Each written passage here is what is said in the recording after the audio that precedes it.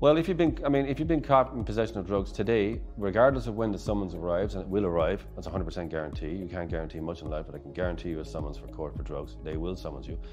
You should start urinalysis. I recommend that to every one of my clients. Urinalysis is really important.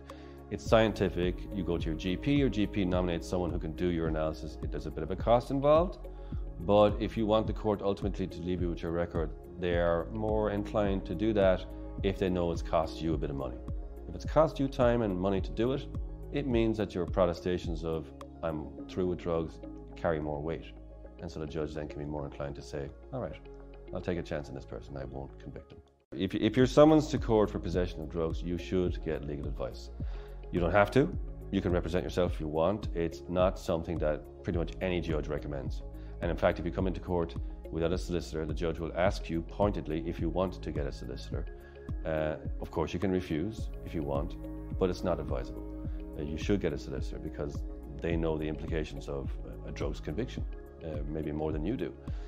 And most judges like to see people represented because it's in their best interests. If you're represented, you're not likely to say something against your best interests. Sometimes people come into court, they represent themselves, and they blurt out something, maybe because of nervousness, that actually makes their case worse.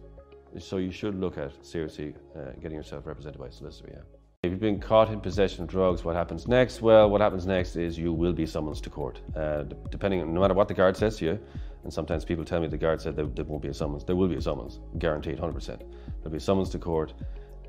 Depends on the quality of the substance, whether it's cannabis, heroin, cocaine, benzos, whatever it is.